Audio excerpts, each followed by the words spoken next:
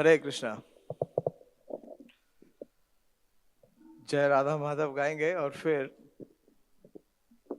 10वां स्कंद चल रहा है आपके यहाँ भागवतम, उससे कुछ जानने का प्रयास करेंगे। श्री श्री राधिका रमन जो की जय, श्री श्री कृष्ण बलराम की जय, श्री श्री जगन्नाथ बलदेव सुभद्रा जो की जय, श्रील प्रभुपाद की जय। जय राधा माधव कुंज बिहारी, गोपी जन वल्लभ गिरवर धारी।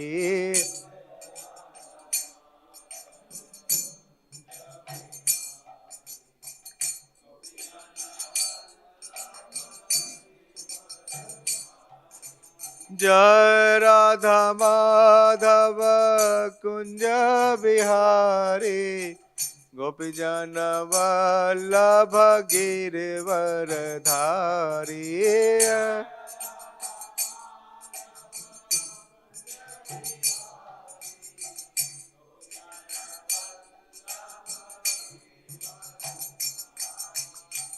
यशोदानंदन ब्रज जन रंजन, यमुना तीरवन चारी। यशोदा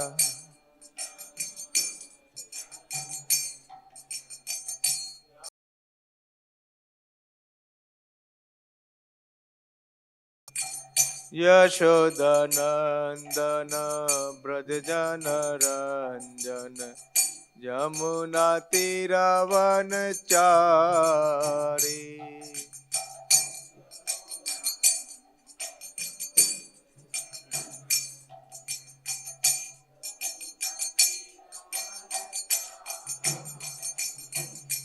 जय राधा माधव कुंज बिहारी, गोपी जन वल्लभ गिरवर धारी।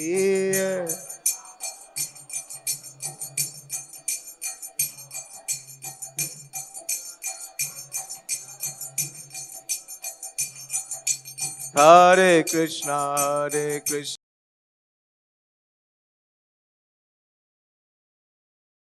राम राम राम हरे हरे।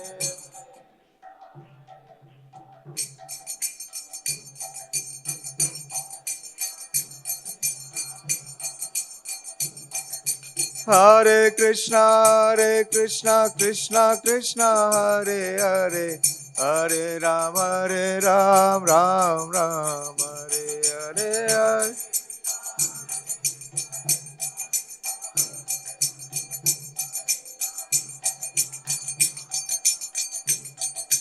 जय राधा माधव कुंज बिहारी, गोपी जन वल्लभ गिरवर धारी।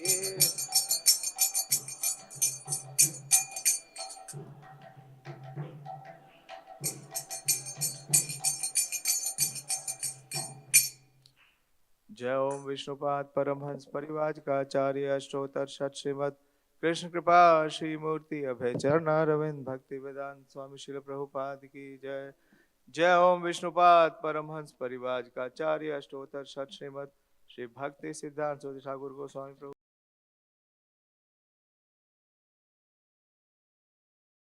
श्री हरिदास ठाकुर की जय। प्रेम से कहो श्री कृष्ण चैतन्य प्रभु नित्यानंद, श्री अद्वैता गदाधर शिवासादि गौर भक्त वृंद की जय। श्री श्री राधिका रमन जू की जय, श्री श्री कृष्ण बलराम की जय, श्री श्री जगन्नाथ बलदेव सुभद्रा जू की जय। श्रीमद् भागवतम पुराण की जय। तथा assembled devotees, all glories to Sri Guru and Gauranga. हरे कृष्णा। श्रीमद् भागवतम स्कंद 10 अध्याय 60, रुक्मणी जी के साथ भगवान श्री कृष्ण का परिहास, द्वारका लीला। और आज के जो श्लोकों की संख्या मुझे दी गई है वो है 16 से लेके 24 तक। तो 24वें श्लोक में तात्पर्य है, तो पहले 24वां श्लोक ही लेते हैं और फिर 16 से चर्चा करने का प्रयास करेंगे। ओम नमो भगवते वासुदेवाय।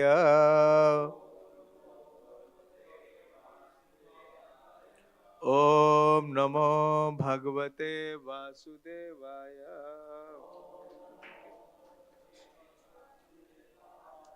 ओम नमो भगवते वासुदेवाय।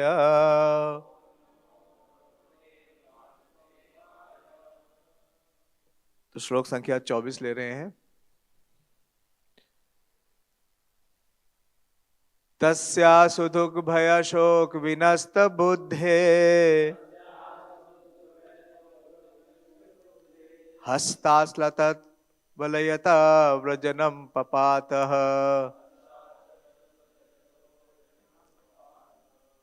देहश्च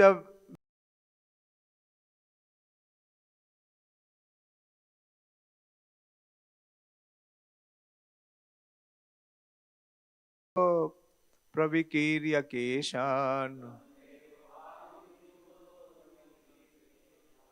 तस्यासु दुख भय शोक विनस्त बुद्धे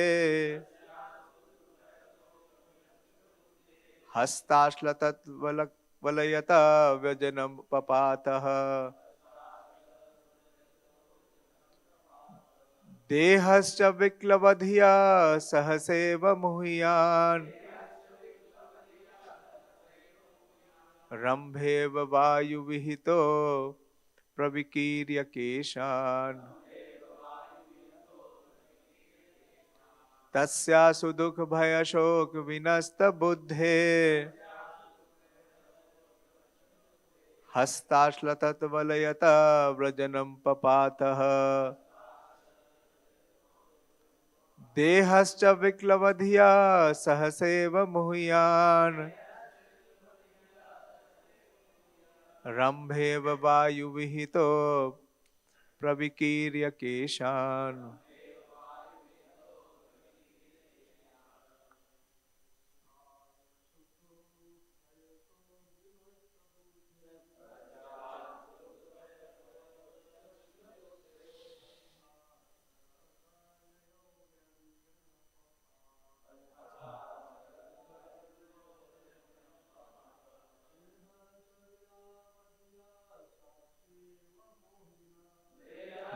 विक्लवधिया सहसेव मुह्यान्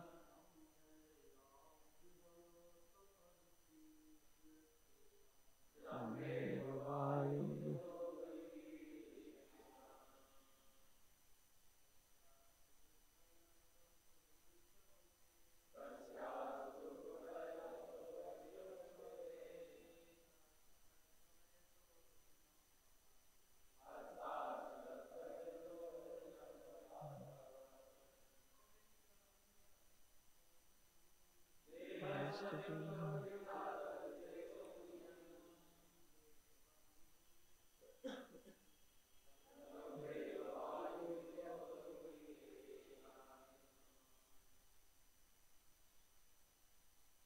तो यार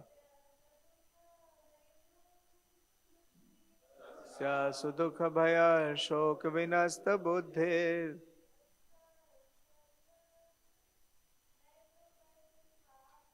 हस्ताश्लतत् वलयता व्यजनम पपात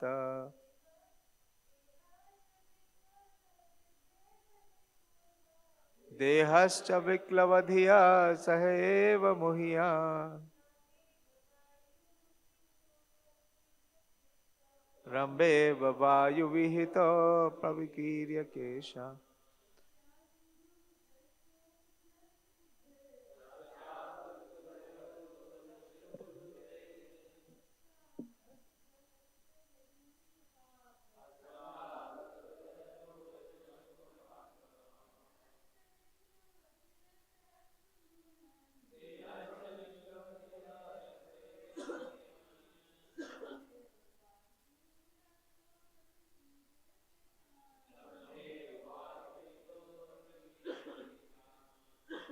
हरे कृष्णा।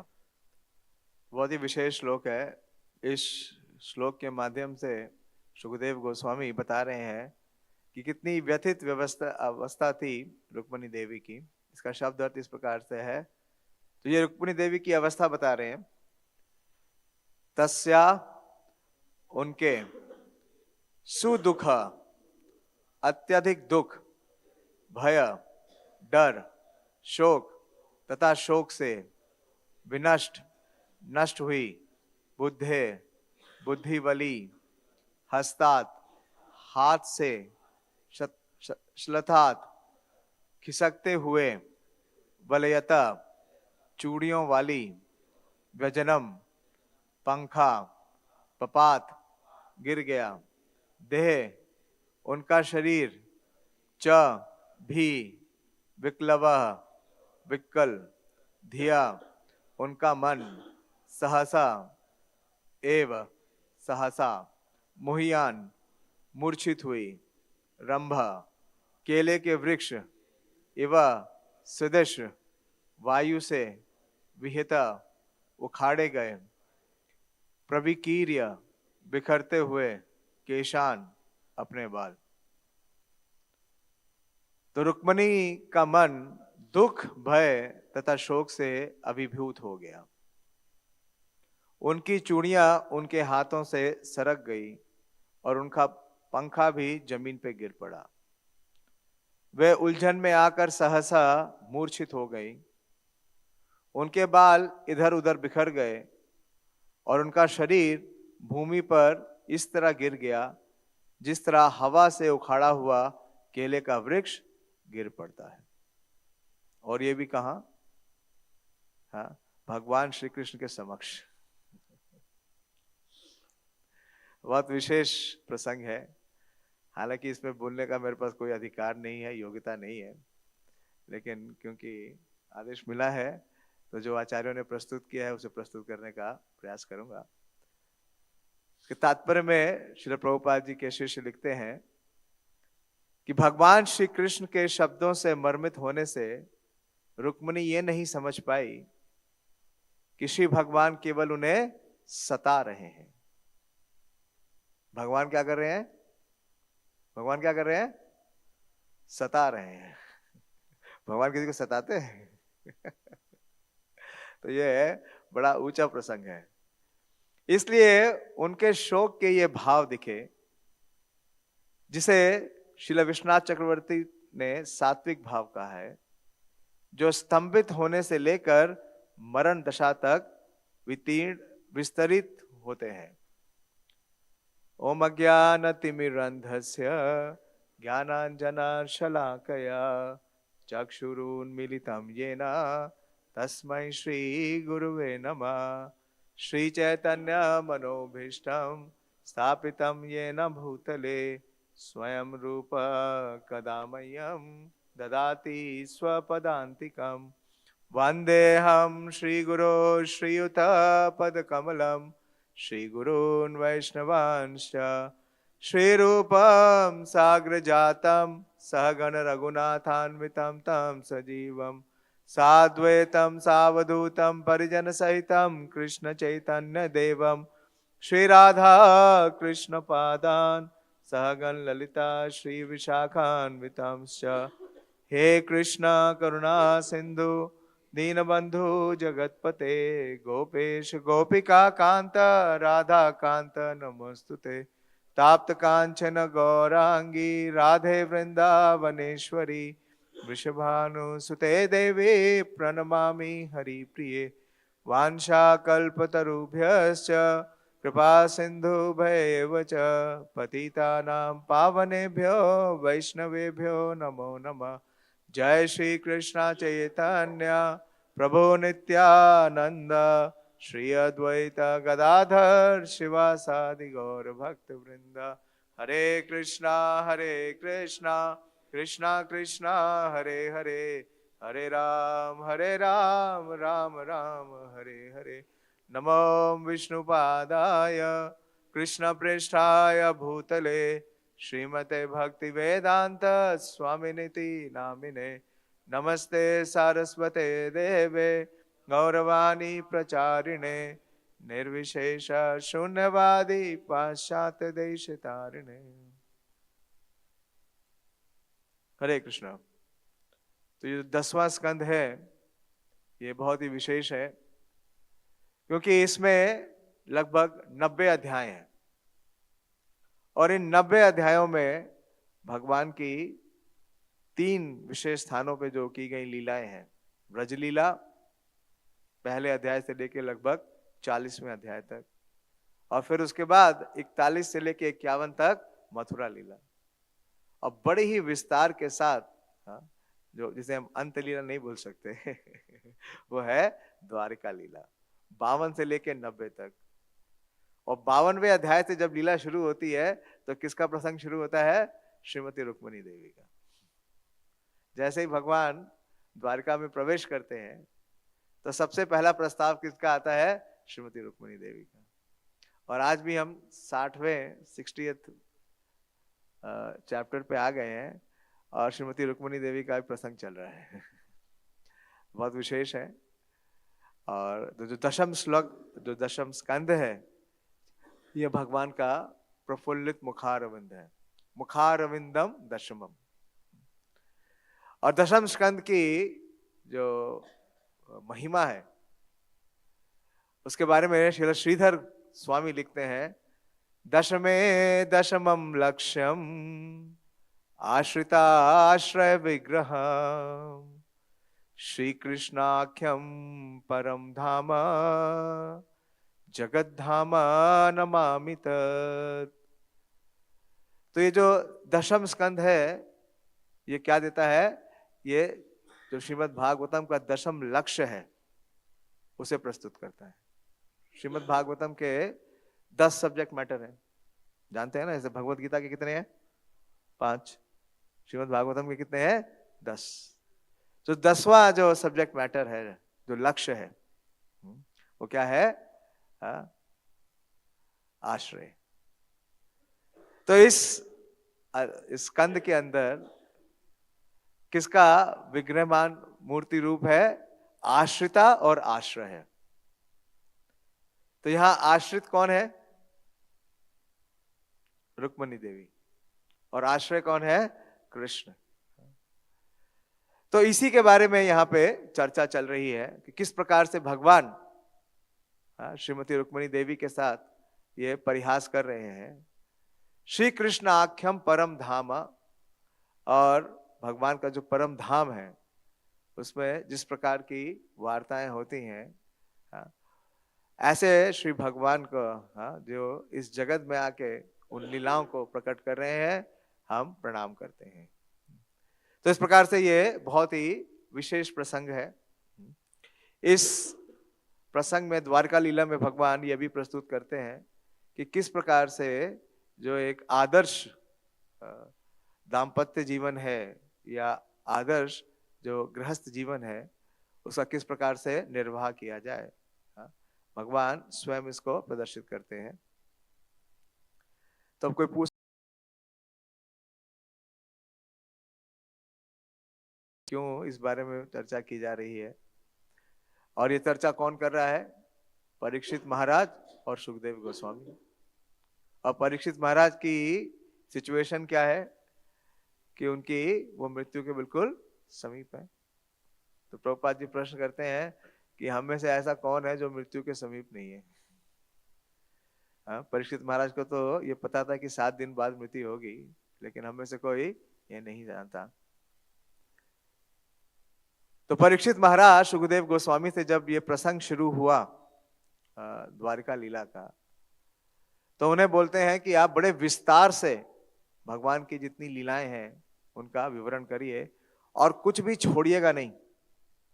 ये मत समझिए कि मेरे पास समय कम है, मैं पूरे विस्तार से भगवान की लीलाओं को सुनना चाहता हूँ।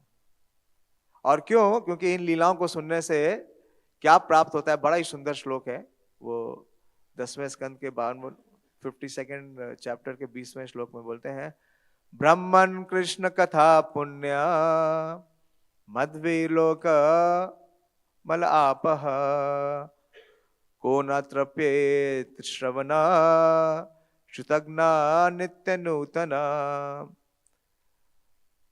तो लगभग 5 दिन हो चुके हैं श्रवण करते हुए, 5 से भी ज्यादा दिन हो गए हैं। लेकिन परीक्षित महाराज को इतना रस मिल रहा है, इतना उनके अंदर उत्साह बढ़ गया है, वो बोल रहे हैं ब्रह्मन कृष्ण कथा पुण्य। जो कृष्ण कथा है वो इतनी पुण्यवान है, ना सिर्फ पुण्यवान है, मधुवीर। मधुवीर का मतलब है कि बहुत ही स्वीट है, बहुत ही मधुर है।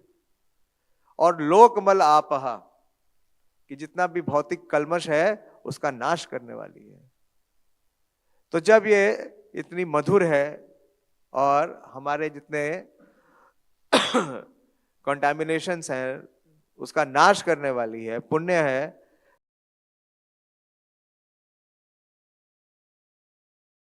कथा का पान नहीं करेगा, श्रवण नहीं करेगा। क्योंकि ये श्रुतज्ञ नित्य नूतना, कि जो वास्तव में सुन रहे हैं हृदय लगा करके लिए, उनके लिए ये नित्य नूतन है। और इस प्रकार से इसकी महिमा बता रहे हैं। और इसके उत्तर में हम देखते हैं कि जब 10वां स्कंद शुरू किया श्रील सुखदेव गोस्वामी ने, तो सुखदेव गोस्वामी ने बताया कि भगवान ने भी क्या कहा भगवत गीता में, कि जन्म कर्म च में दिव्यम। भगवान की जो लीलाएं हैं या जो भगवान के जो कार्यकलाप हैं वो साधारण नहीं है, वो सब क्या है, बड़े रहस्यमय है, गुह्यम है। तो श्री सुखदेव गोस्वामी बोलते हैं परीक्षित महाराज को कि सतामयम सारभृतम निसर्गो यदर्थवाणी श्रुति चेतसामपि प्रतिशनम न व्यवद अच्युत्यस्य यत स्त्रियावितनम इव साधु वार्ता। स्कंद 10 अध्याय 13 और दूसरा श्लोक। तो श्री सुखदेव गोस्वामी ने कहा कि इसे सुनेगा कौन, सतामयम सारभृतम निसर्गो, कि जो भगवान के शुद्ध भक्त हैं और जिन्होंने जीवन का जो लक्ष्य है उसको निर्धारित कर लिया है, वो ऐसी जो भगवान की कथाएं हैं, जो भगवान की वार्ताएं हैं, उसको सुनने में अपना हृदय लगाते हैं। और प्रतिशनम नवयद अच्युतस्य यत्, और हर क्षण उन्हें विशेष रस का आस्वादन होता है। कौन से रस का आस्वादन होता है, साधु वार्ता। उसी प्रकार से जिस प्रकार से एक कामी पुरुष को स्त्रियों के बारे में विवरण सुनने से रस मिलता है। तो जो भक्त हैं, जो इस भक्ति मार्ग में चल रहे हैं, तो हमें आस्वादन करने का जो मुख्य स्रोत है वो क्या है, श्रवण, श्रीमद् भागवतम का श्रवण। लेकिन ये श्रवण करने के लिए एक योग्यता है। जैसे मैंने कहा कि मेरे पास कोई योग्यता नहीं है, तो श्री सुखदेव गोस्वामी ने आगे परीक्षित महाराज को बताया कि कैसे इसका आस्वादन हो सकता है और किस प्रकार से श्रवण करना चाहिए। 10वां स्कंद 13वां अध्याय और 3रा श्लोक। तो श्री सुखदेव गोस्वामी बोलते हैं परीक्षित महाराज को, शुनस्वावहिता राजन अपि गुह्यम वदामि ते भ्रूय स्निग्धस्य शिष्यस्य गुरुवो गुह्यम अपि युता। कि किस प्रकार से सुनना है, सुनने के लिए अपना जो मन है, जो ध्यान है, उसे एकाग्र करना है विथ ग्रेट अटेंशन।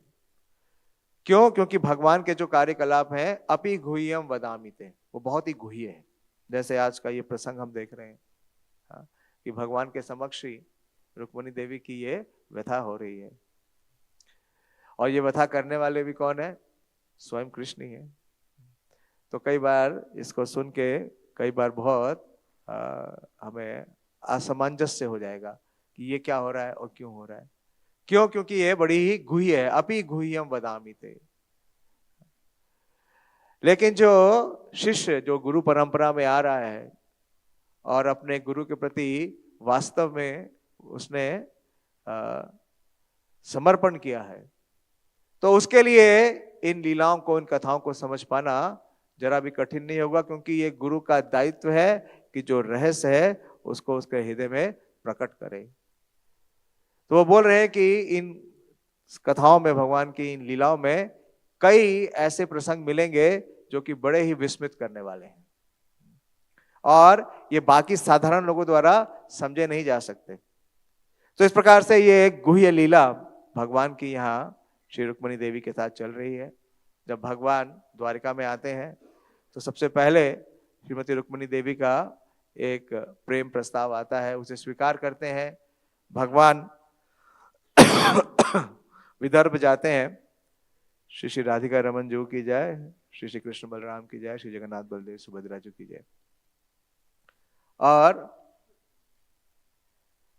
स्थान का नाम क्या है? कुंदनपुर। हाँ, क्या नाम था उसका? कुंदन, जहां से रुक्मिणी जी का अपहरण किया था विदर्भ में। कुंडनपुर या कुंडनपुर करके स्थान है, वहां जाते हैं और सभी क्षत्रिय राजाओं के बीच में से वो अपहरण करते हैं श्रीमती रुक्मिणी देवी का। हाँ, ये राक्षस विवाह है। और उसके बाद जब वो वापस आते हैं तो उसके बाद उन्होंने 8, पहले हमने पढ़ा कि 8 और 7 और रानियों को स्वीकार किया। लंबी कथा, पिछली बार जब मैं आया था तो नग्न जीती जी का विवाह प्रस्ताव था, किस प्रकार से भगवान ने उन्हें स्वीकार किया। तो भगवान की 8 मुख्य रानियों को उन्होंने स्वीकार किया। और उसके बाद पिछले अध्याय में आपने सुना कि नरकासुर का वध करके भगवान ने 16,100 रानियों को और स्वीकार किया। तो अब 16,108 रानियां हो गई और हर रानी से भगवान को 10 पुत्र और 1 पुत्री प्राप्त हुए। और उन पुत्रों से भी उन्हें और पुत्र प्राप्त हुए। तो ये प्रसंग जो अब चल रहा है इसमें रुक्मिणी जी से प्रद्युम्न हो गए हैं और प्रद्युम्न से अनिरुद्ध भी हो गए। तो रुक्मिणी देवी क्या बन गई है? हाँ, दादी बन गई, ग्रैंड मदर। और अब ऐसे परिवेश में एक दिन भगवान रुक्मिणी देवी के महल में प्रवेश करते हैं और शाम का समय था, मतलब दिन ढल चुका था और चंद्रमा उदय हो रहा था। तो बहुत ही प्लेजेंट था। इसका पूरा विवरण यहाँ श्रीला सुखदेव गोस्वामी दे रहे हैं, वो सब तो मैं नहीं बोलूंगा क्योंकि वो आप सुन चुके हैं।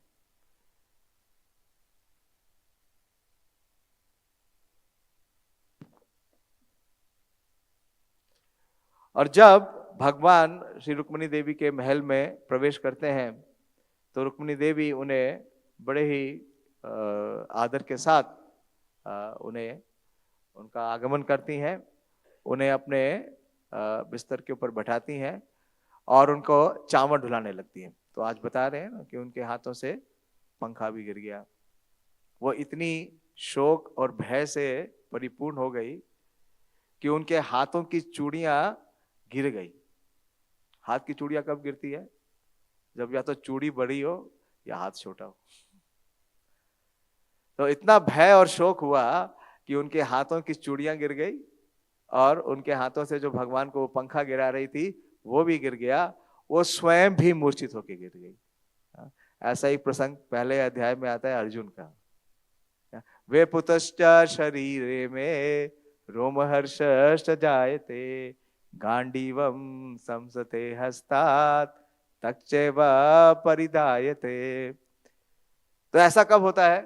प्रभुपाद जी लिखते हैं कि ऐसा तब होता है जब बहुत अत्यधिक शोक और भय होता है।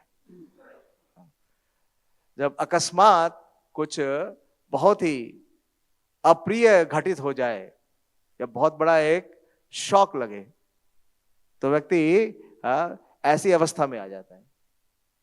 तो इस अवस्था तक रुक्मिणी जी आई कैसे? और इस अवस्था तक लाने के पीछे ये प्रसंग क्या है, इसका विवरण इस अध्याय में मिल रहा है। तो हम 16वें श्लोक से देखेंगे कि 16वें श्लोक से मुझे बोलने के लिए कहा गया है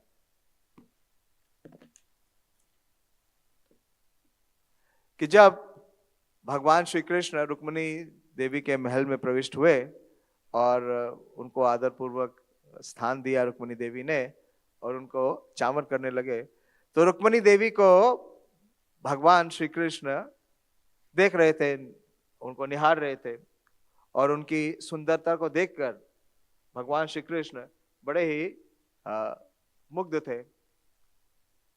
और भगवान के मन में एक विचार आया। जो ही भगवान श्री कृष्ण ने उनका लक्ष्मी के रूप में चिंतन किया, जो केवल उन्हें ही चाहती थी, तो उन्हें मंद हंसी आ गई।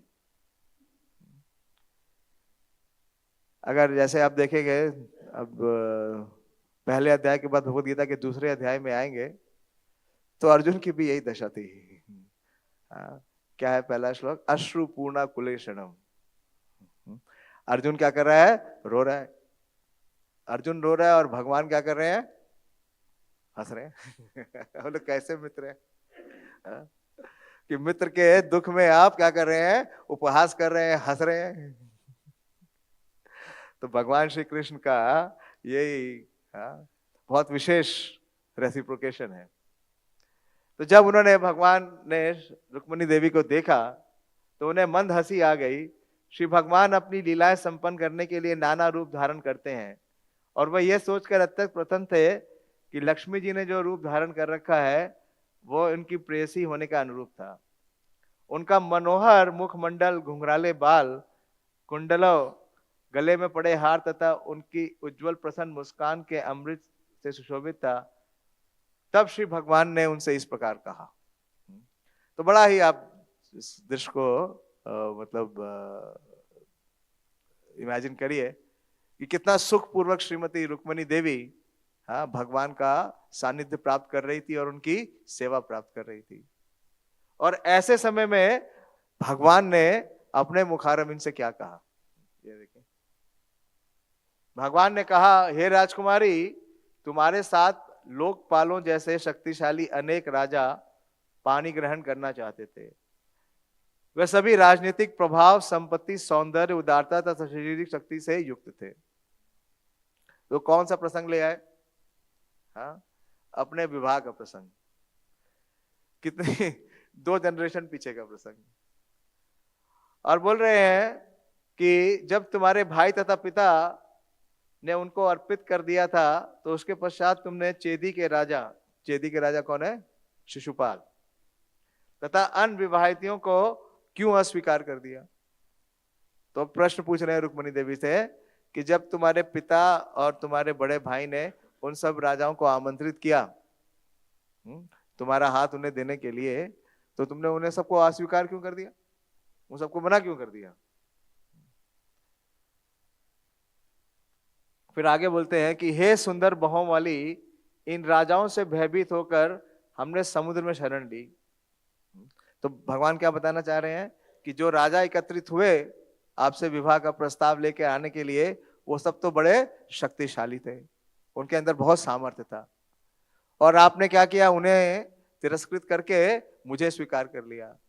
और मेरी स्थिति क्या है कि मैं इन राजाओं से भयभीत होकर हमने समुद्र में शरण ली, हम शक्तिशाली मनुष्यों के शत्रु बन गए और हमने अपने राज सिंहासन को प्राय त्याग दिया।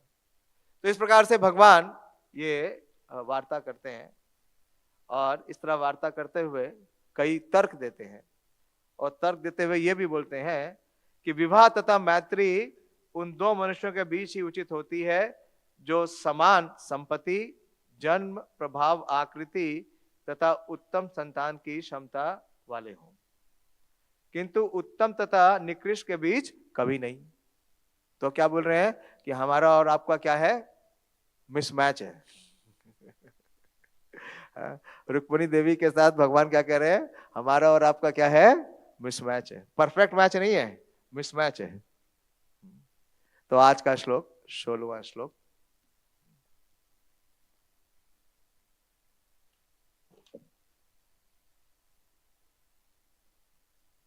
वेदर्भी एतद अभिज्ञाया। नहीं, टाइम बहुत कम है, कर नहीं पाऊंगा, बिल्कुल से सारे श्लोक पढ़ ले।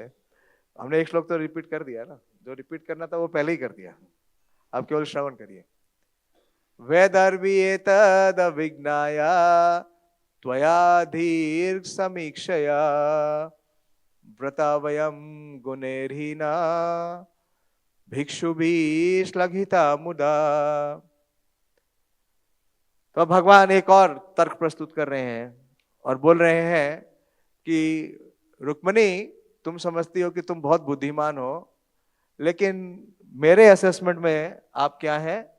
आप हैं अदीर्घ समीक्षा। कि आपकी जो समीक्षा है किसके बारे में? मेरे बारे में। वो क्या है? वो दूरदृष्टि वाली नहीं है।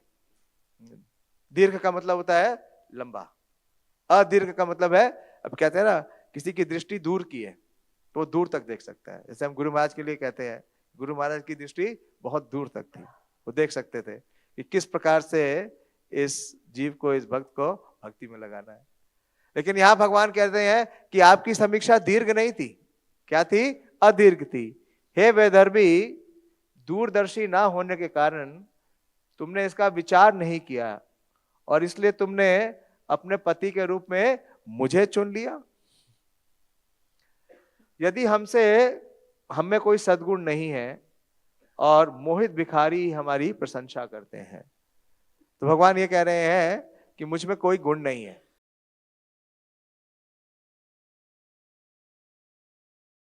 तुम इतनी गुणवान हो और मेरे अंदर तो कोई गुण नहीं है, और आपने जो समीक्षा की वो सही नहीं की। और चयन किया कैसे? वास्तव में रुक्मिणी देवी ने भगवान का चयन कैसे किया? श्रुत्वा गुणान भुवन सुंदर शन्वताम ते निर्विश्य कर्ण विवरेर हरतो अंगतापम रूपम दृशम दृशिमिताम अखिलार्थ लाभम। तो उन्होंने श्रवण किया। बोले, और श्रवण कहां से किया? अरे बड़े डिस्टेंस से किया। भगवान कहां पे थे? मथुरा में और द्वारिका में। और रुक्मिणी कहां थी? विदर्भ में। तो श्री विश्वनाथ चक्रवर्ती ठाकुर बड़ा इंटरेस्टिंग पॉइंट लिखते हैं। बोलते हैं कि मैंने उन लोगों को तुम्हारे पास भेजा श्रवण करने के लिए जिनको मैंने पैसे दिए थे ताकि वो मेरा गुणगान कर सके। लेकिन आपने उनका कोई विचार नहीं किया, वो तुमको प्रभावित कर सके। वास्तव में किनसे सुना था? किससे सुना था? नारद मुनि। नारद मुनि ने पैसे लिए थे क्या? लेकिन इस प्रकार से भगवान क्या कर रहे हैं? उनको परिहास कर रहे हैं, उनको टेस्ट कर रहे हैं, उनको टीस कर रहे हैं। और ये भी बोल रहे हैं कि मुझ में कोई सद्गुण नहीं है। पहले ही बता रहे हैं कि हम तो क्या है? हम तो कायर हैं। हम तो उन राजाओं से डर गए। और डर के कहां गए? समुद्र के नीचे हमने शरण ले ली।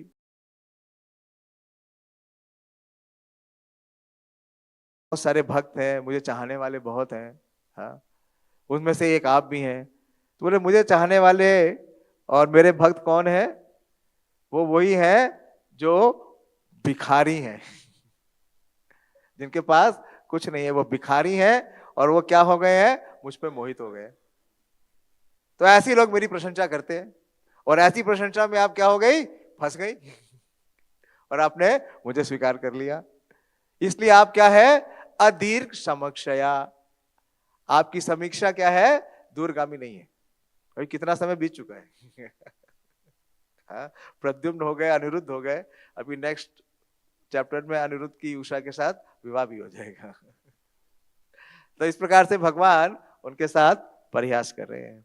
फिर आगे 17वें श्लोक में बोलते हैं, अथात्मना अनुरूपम वै भजस्व क्षत्रिय ऋषभम येन त्वाम आशीष सत्या इहा मुत्रा च लिप्स्यसे। तो बोल रहे हैं कि अभी भी तुम्हारे पास सुधार करने का मौका है। सत्या इहा मुत्रा च लिप्स्यसे। अब तुम्हें चाहिए कि अधिक उपयुक्त किसी उच्च कोटि के राजन्य पुरुष को स्वीकार कर लो, और इस जीवन तथा अगले जीवन में भी ऐसी प्रत्येक वस्तु को प्राप्त करने में सहायता कर सके जो तुम चाहती हो। तो देखिए, रुक्मिणी जी किसको चाहती है? किसी वस्तु को चाहती है, किसी और व्यक्ति को चाहती है। और बोल रहे तुम्हें किसी और व्यक्ति को अपने पति के रूप में स्वीकार कर लेना चाहिए। ये न त्वाम आशीष सत्या।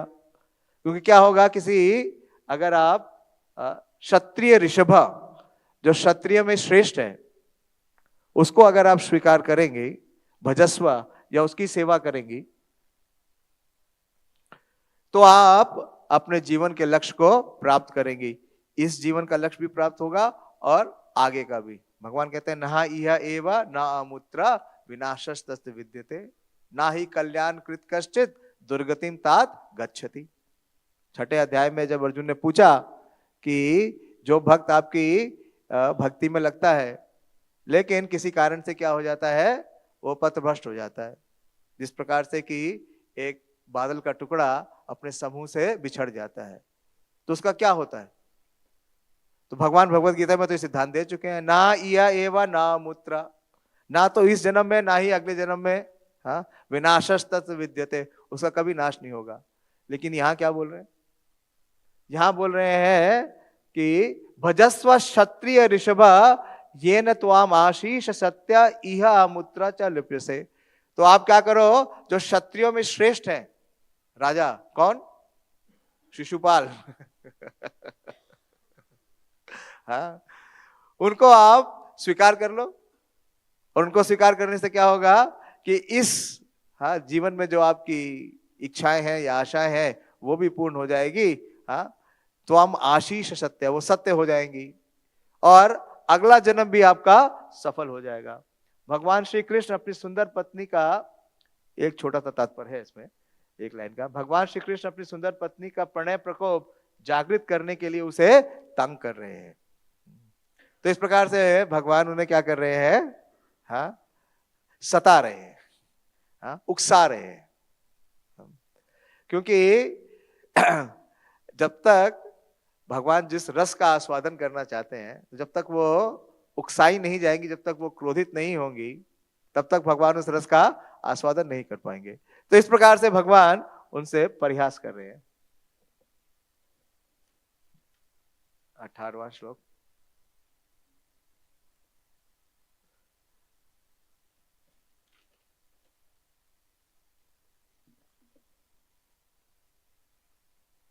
चैद्य सल्व जरासंध दंत वक्रम आद्य नृप माम द्विषन्ति वामुरु रुक्मणी चापी तव अग्रज।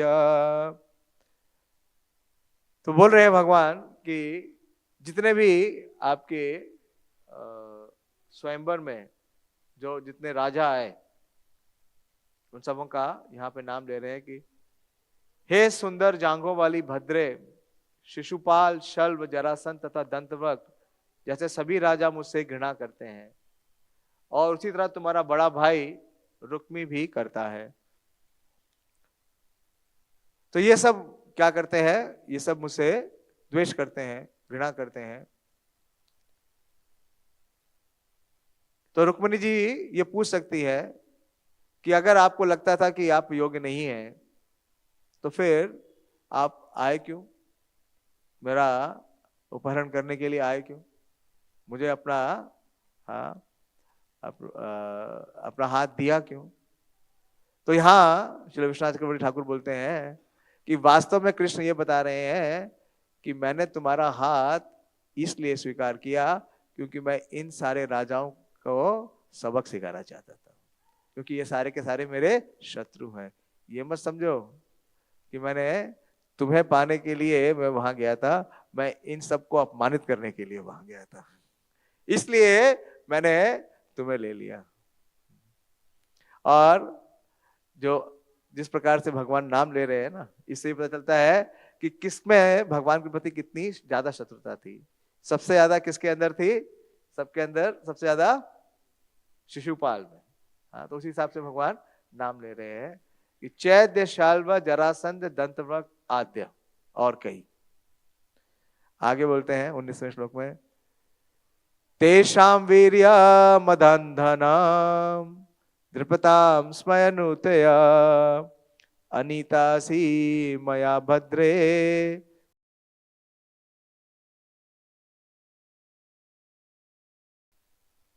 तो भगवान बोलते हैं इन राजाओं की उद्दंडता को दूर करने के लिए ही हे कल्याणी मैं तुम्हें हर के ले आया, क्योंकि वे सभी शक्ति के मत से अंधे हो चले थे।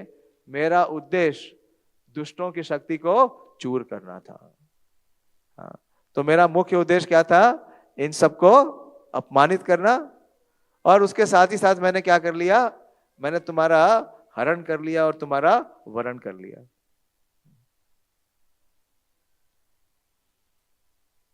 तो मेरा जो प्रयोजन था वो आपसे विवाह करना नहीं था। मेरा प्रयोजन इन सबको, इन सबके जो गर्व है उसको नाश करना था। क्यों? क्योंकि ये सब मदान्वित था, ये सब के सब बहुत ही मद में थे। आगे 20वें श्लोक में बोलते हैं, 20वें श्लोक में बहुत ही विशेष बात बोलते हैं। उदासीना वयम नूनम नास्त्रियापात्यर्थ कामुका आत्मलब्धे अश्महे पूर्णा गेयो ज्योति अक्रिया।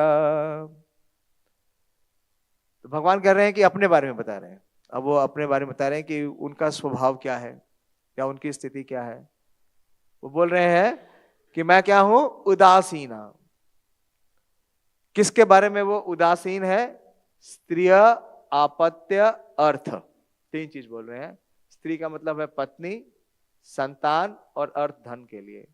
हम स्त्रियों, बच्चे तथा संपत्ति की तनिक भी चिंता नहीं करते। सदैव आत्मसंतुष्ट, आत्मतुष्ट रहते हुए हम शरीर तथा घर के लिए कार्य नहीं करते, बल्कि प्रकाश की तरह हम केवल साक्षी रहते हैं। तो बोल रहे हैं भगवान, यार ये मत सोचना कि अगर तुम किसी और से विवाह कर लोगी तो मेरा क्या होगा। मैं देवदास नहीं बनने वाला मुझे कोई दुख नहीं होगा। क्यों? क्योंकि मेरा स्वभाव ही ये है। स्वभाव क्या है? उदासीन। मैं क्या हूं? उदासीन हूं।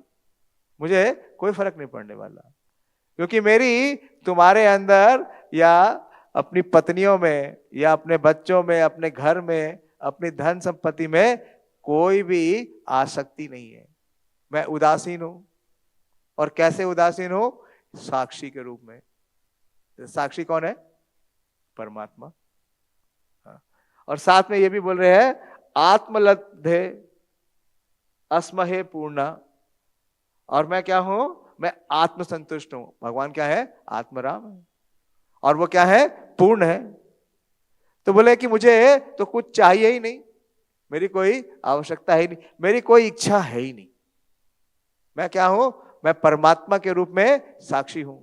और यहां पे एक उपमा भी दे रहे हैं कि जिस प्रकार से ज्योतिर अक्रिया, कि जिस प्रकार से जो ज्योति है यानी कि जो प्रकाश है वो क्या है?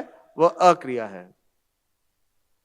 तो जो जीव आत्मा है उसका संसार में, शरीर में और शरीर के स्वजनों में क्या होती है? आसक्ति होती है। लेकिन भगवान कह रहे हैं कि वो इन सबसे उदासीन है।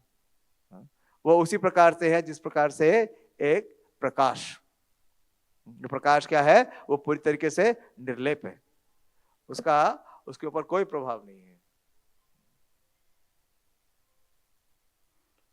तो जब इतना सुन लिया श्रीमती रुक्मणी देवी ने, और इस प्रकार के वार्तालाप या इस प्रकार का शब्द, हर एक शब्द एक एक प्रखर वाण से भी ज्यादा विषैला था जो उनके हृदय में जा रहा था। तो क्या प्रतिक्रिया हुई ये शुकदेव गोस्वामी बोलते हैं 21वें श्लोक में।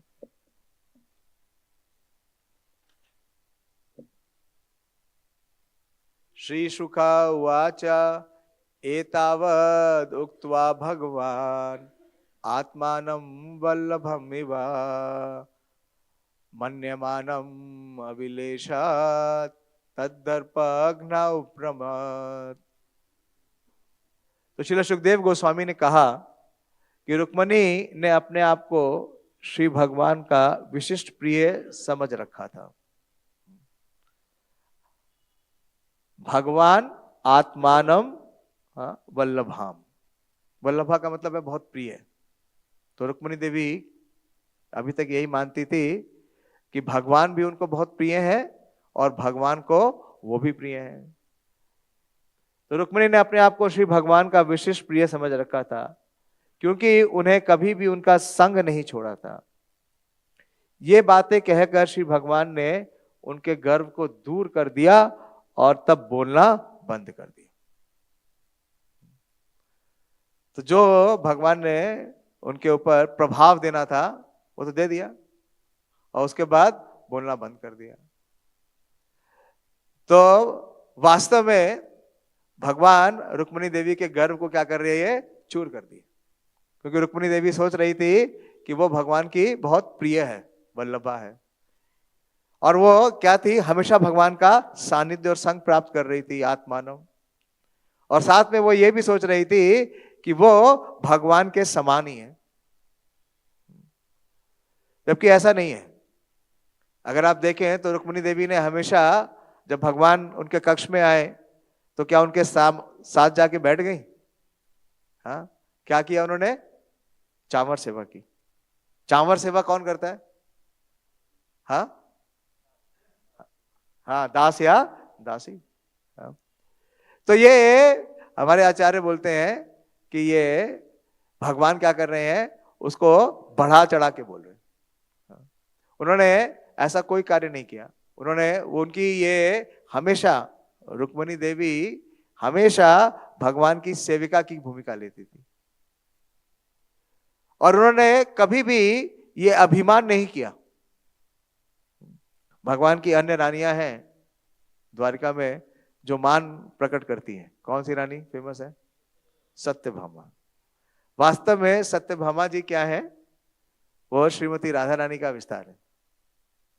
और रुक्मिणी देवी किसका विस्तार है? हाँ, चंद्रावली की। तो दो पक्ष की गोपियां हैं। बड़ा इंटरेस्टिंग है कि दो पक्ष की गोपियां हैं। इसके बारे में श्री चैतन्य चरितामृत में आता है कि वाम एक गोपी गना, दक्षिण एक गना, नाना भाव कराय कृष्ण रस आस्वादना। कि दो पक्ष की गोपियां हैं। एक तो पक्ष है जो कि वाम पक्ष है, और वाम पक्ष की प्रधान नायिका कौन है? श्रीमती राधा रानी। और उन्हीं की रिप्रेजेंटेटिव कौन है? सत्यभामा। और जो दूसरा पक्ष है वो है दक्षिण पक्ष की। इसे प्रभुपाद जी इंग्लिश में लिखते हैं कि left wing and the right wing. और दोनों ही गोपियां क्या करती हैं? नाना भाव कराए कृष्ण रसा आस्वादना। तो जिस प्रकार से दो भाव हैं, परकीय भाव और स्वकीय भाव, तो जो ये वाम पक्ष की गोपियां हैं वो भगवान के साथ क्या करती हैं? वो भगवान के साथ मान का प्रदर्शन करती है। वो भगवान के साथ अपना जो गुस्सा है, जो क्रोध है, उसको उजागर करती हैं। और जब भगवान उन्हें उनके अनुसार कार्य नहीं करते तो क्या करती हैं? वो उनके ऊपर अपने शब्दों से प्रहार भी करती है, शब्दों के द्वारा प्रहार करती है। लेकिन जो दक्षिण पंथ की गोपियां हैं, जिसमें श्रीमती रुक्मिणी देवी भी हैं, वो हमेशा भगवान के प्रति हमेशा बहुत उदार है और कभी भगवान के साथ बहस नहीं करती, किसी भी प्रकार का बहस नहीं करती। तो द्वारका लीला में जो ललिता जी हैं वो क्या बनी है पता है? जाम्बवती। और विशाखा देवी कालिंदी देवी है। शिला जीव गोस्वामी गोपाल चंपू में इसका वर्णन करते हैं। तो इस प्रकार से ये बतला रहे हैं कि जो आरोप लगा रहे हैं भगवान की, उनके गर्व को क्या करना चाह रहे थे? नाश करना चाह रहे थे। वो सही नहीं है, क्योंकि उन्होंने कभी गर्व किया ही नहीं। उन्होंने तो हमेशा सेविका की भूमिका ली। लेकिन ये सत्य है कि उनका भगवान के साथ कभी क्या नहीं हुआ? वियोग नहीं हुआ, जब से उनका विवाह हुआ। तो अब देखिए, इतना सुनने के बाद रुक्मिणी देवी किस प्रकार से रेस्पॉन्ड करती हैं, किस प्रकार से उनका रिपल्स होता है। 22 इति लोकेषु पतेस्तदात्मानं प्रियस्य देवी अश्रुता पूर्वम अप्रिया अश्रुत्याभीत हृदय जत विपुथा चिंतम दुरांतम रुदति जगमह। रुक्मणी देवी ने इसके पूर्व कभी भी अपने प्रिय त्रिलोकेश पति से ऐसी अप्रिय बातें नहीं सुनी थी। अतः वे भयभीत हो उठी, उनके हृदय में कपकपी शुरू हो गई और वो भीषण उद्विग्नता से रोने लगी।